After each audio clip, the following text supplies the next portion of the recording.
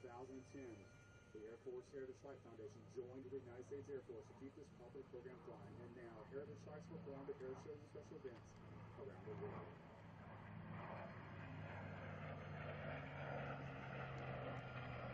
And help you set a course for an amazing Air Force career.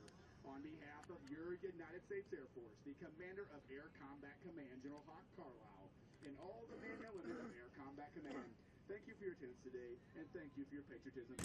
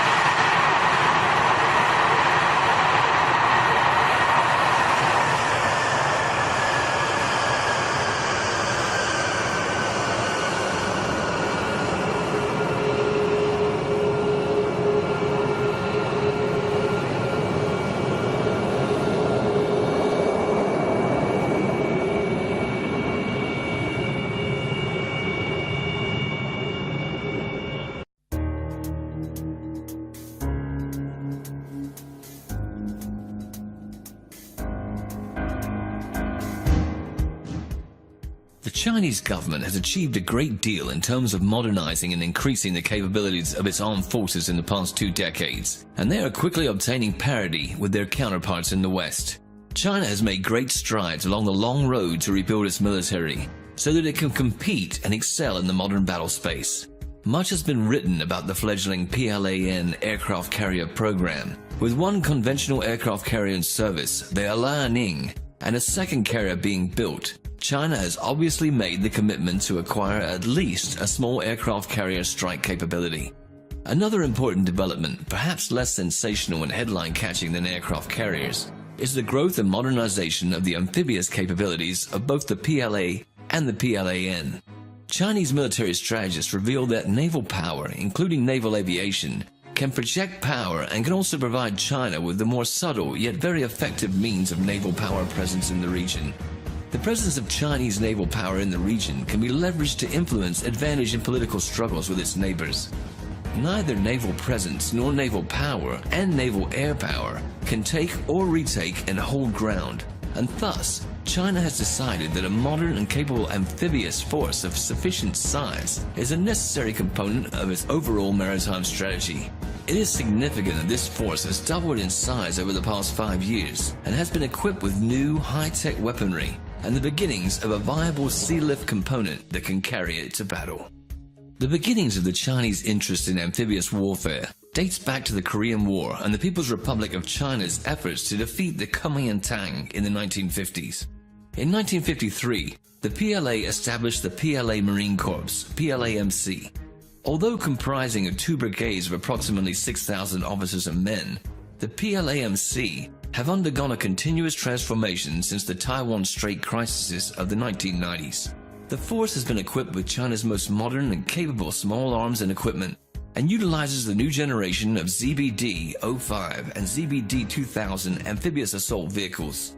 In some ways modeled on the USMC, the PLAMC Marines are highly trained in all forms of modern warfighting. They are considered a vital component of China's rapid reaction forces and are thus highly mobile and kept in a heightened state of readiness.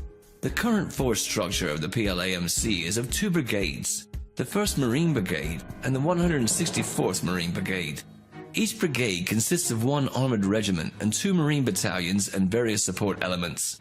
The PLAMC relies on the high speed of its ZBD-05 2000 series vehicles to carry them from offshore amphibious platforms, such as the Type 071 LPD. The ZBD-05 is the world's fastest armored amphibious assault vehicle, capable of a top speed of 45 kph in the water. In addition, PLA Marines are skilled in air assault operations, small boat assaults, and underwater diving operations. Although the PLAMC represents a very potent amphibious assault and rapid reaction force, the Chinese political and military leadership realized years ago that the force is too small to respond to multiple threats across the full scope of China's maritime boundaries, nor large enough to mount a successful invasion of Taiwan. A viable power projection capability in the form of amphibious assault and air assault forces is seen as an essential in protecting the nation's interests in Africa, the Indian Ocean, South China Sea, and East China Sea, especially as it is confronted by U.S. attempts to contain it. Starting in 2014, the Chinese High Command decided to expand the 2 established amphibious mechanized infantry divisions to 4. The 1st and 86th AMIDs are based in the Nanjing military region, and the 123rd and 124th AMIDs are based in the Guangzhou military region. Each division is comparable to a mechanized infantry division in size and establishment. The expansion of the AMIDs gives the PLA a greater amphibious capability that might be required in the near future in deterring regional challenges to Chinese territorial claims in both the South and East China Seas, and providing a viable response to violations of its territorial integrity. None of China's potential adversaries in the region, other than the United States Navy, have a comparable amphibious warfare force. When combined with the PLAMC, the AMIDs give Chinese diplomacy a very robust practical demonstration of force. Regularly held amphibious exercises showcasing the growing aptitude of these forces only reinforce this reality. Perhaps the most obvious challenges facing the Marines and AMIDs are a major shortcoming that is the process of remedy. It is the lack of heavy sea lift capability to transport these units over long sea voyages and within striking range of their theoretical targets.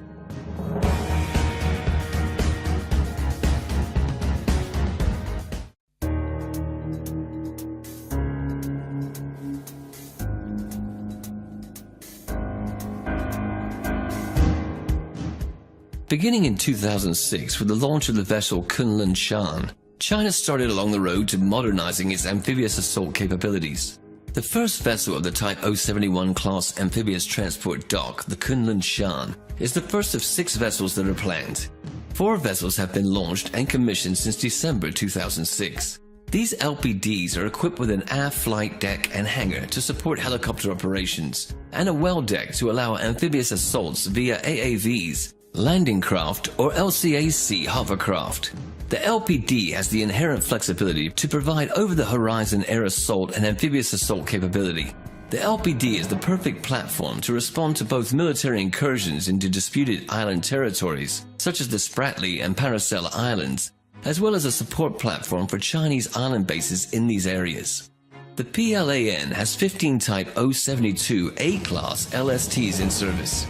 It is unclear how many total vessels are planned, but it is surmised that the Type 072A is meant to replace older Type 072 class LSTs.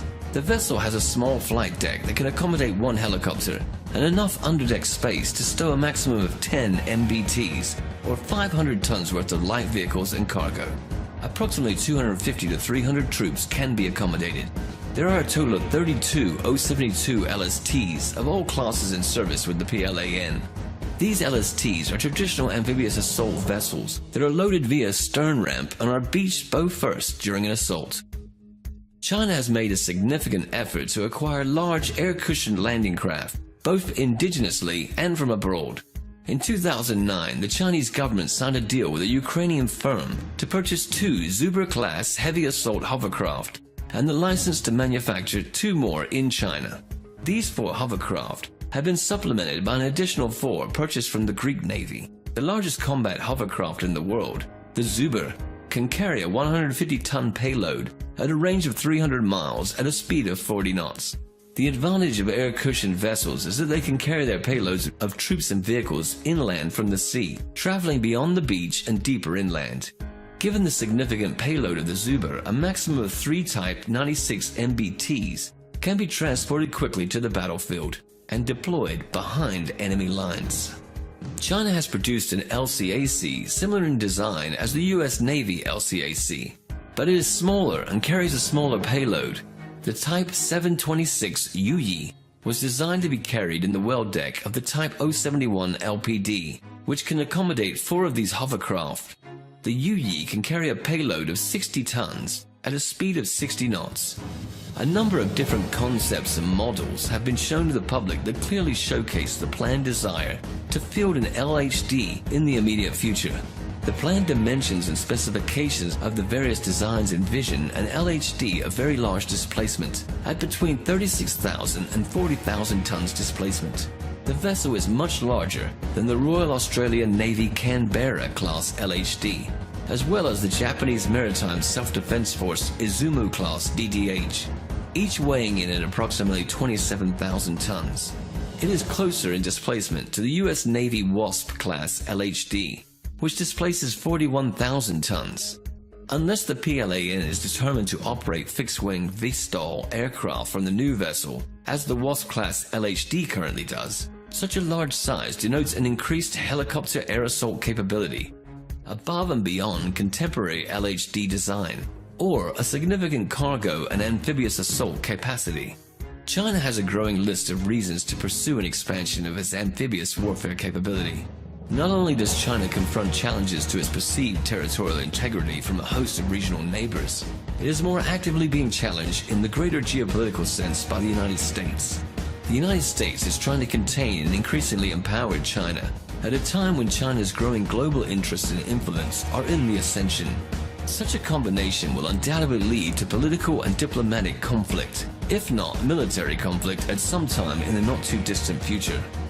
As it backs up its territorial claims in real terms by developing settlements, military bases, and early warning stations on a host of islands in disputed waters, it must have a viable amphibious warfare deterrent and the means by which to wrest control of any of these assets back from hostile invaders. It is most likely that the United States will continue in its belligerent attempts to contain a perceived adversary, as opposed to realizing the inevitability of the return to a unipolar balance of power in the world. This means continued military brinkmanship in the Asia-Pacific region and a likely confrontation with China.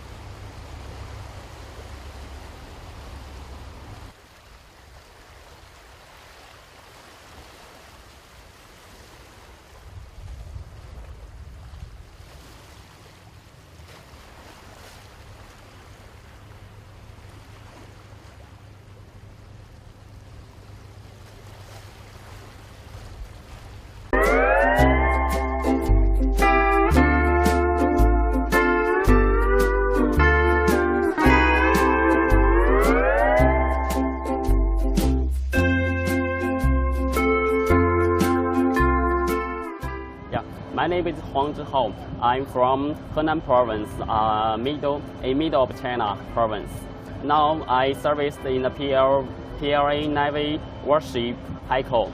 Now I'm a single man and belong to communication department. I think the Rim Park is wonderful, and so far, China for the first time to take part in the Rim Park. And as for now, we have many activities. That's cross deck, national reception, and I have made some interact with some other navies. They are very friendly. Haikou is a newly type destroyer of China, and it has carried out many missions, in our homeland and overseas. 我叫黄志浩，这里是海口舰，我现在是海口舰的武装更。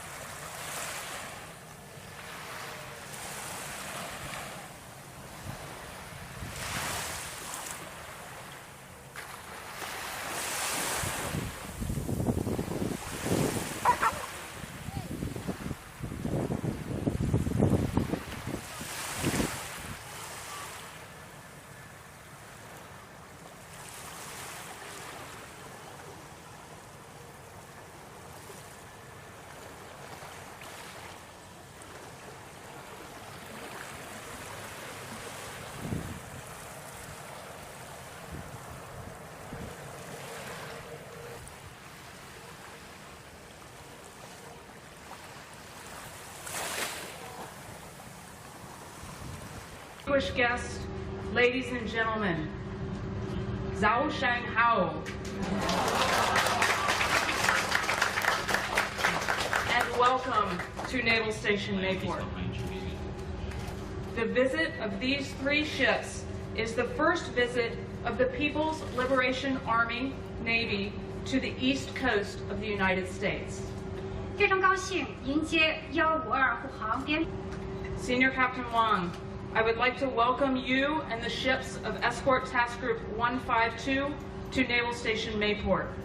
We are delighted to have the commanding officers and crew from the Jinan, the Yiyang, and the Cien Dahu, moored among ships of the United States in one of the finest naval ports in our country. Engagements such as this help to strengthen that spirit of friendship and understanding. Mayport is a frequent host to ships from other navies. You need only take a quick look across the waterfront to see a Navy training ship from Brazil moored at the next pier. And today we add the names of your ships from Escort Task Group 152 to the port log, listing ships from other lands that have paid a visit to Mayport. I am confident that the sailors and professionals of Escort Task Group 152 interact with the crew of the visit host ship USS Iwo Jima and other sailors here in Mayport, a feeling of respect and friendship will be formed. The memories made here over the next few days will last a lifetime. The crew of the USS Iwo Jima has arranged some sporting events and a picnic for this Thursday. These sporting events and the opportunity to enjoy the fresh Florida air and sunshine together will serve to also strengthen our relationships during this visit. Sounds and culinary treats reflective of true Southern hospitality. We have plenty of famous attractions like Disney, Universal, St. Augustine, the Alligator Farm, and of course, world-class shopping. And I am optimistic that you will leave Florida having enjoyed your visit. I wish that your visit be truly memorable. Thank you. 再次，我能在这里5月早迎接王大校及152护航编队到访，我感到非常高兴，同时祝愿您有一次真正难忘的访问。感谢。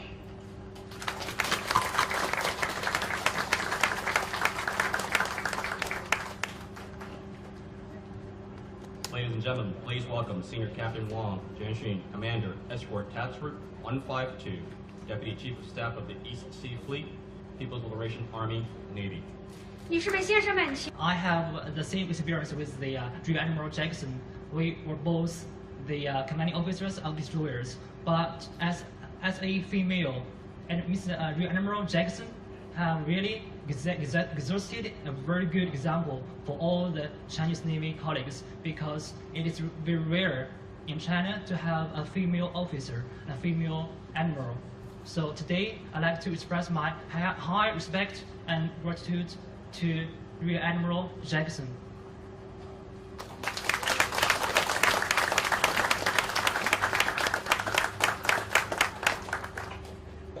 On behalf of the City Council of Jacksonville, Florida, and Mayor Curry, I would like to welcome you to our home. In 1564, the French established a colony not far from here along the banks of this river, and that colony was one of the earliest European settlements in North America. In 1862, for commerce, and many of our nation's leading businesses are located here. Our port is the third largest in Florida. Party. Thank you for attending today. 女士们、先生们，欢迎大家参加此次欢迎仪式，请大家起立，稍后让这个首长先走，谢谢。